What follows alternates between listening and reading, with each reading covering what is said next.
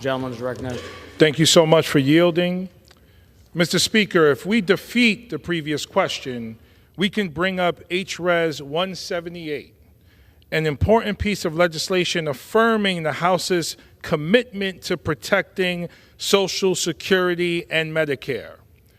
Protecting Social Security and Medicare must be a front and center priority of this Congress.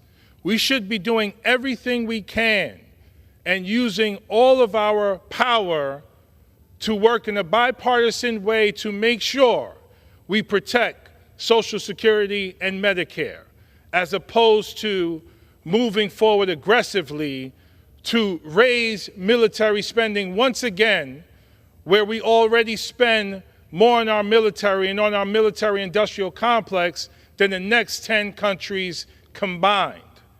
The American people need to know the Republican Party is attempting to invest more in war than it is in protecting our seniors. Our seniors, 55 million Americans, have been paying into Social Security and Medicare for 50 years, some of them. And by 2035, 75 million Americans will call themselves seniors. We must protect our seniors. They have paid into our system. We must ensure that they have access to health care, to housing, to money in their pockets, to food on the table. We often, particularly my colleagues on the other side of the aisle, seem to continue to marginalize and neglect the most vulnerable people in our society, our seniors included, our children included, those who live in poverty included. I represent New York's 16th Congressional District, one of the most diverse districts in the country. We have urban, suburban, and rural areas.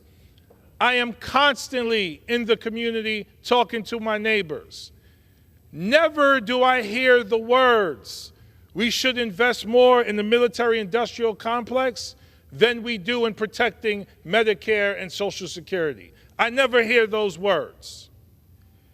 And I also want to identify our veterans as another group that Republicans continue to leave behind, another vulnerable group, as not one Republican in the House voted in support of the PACT Act.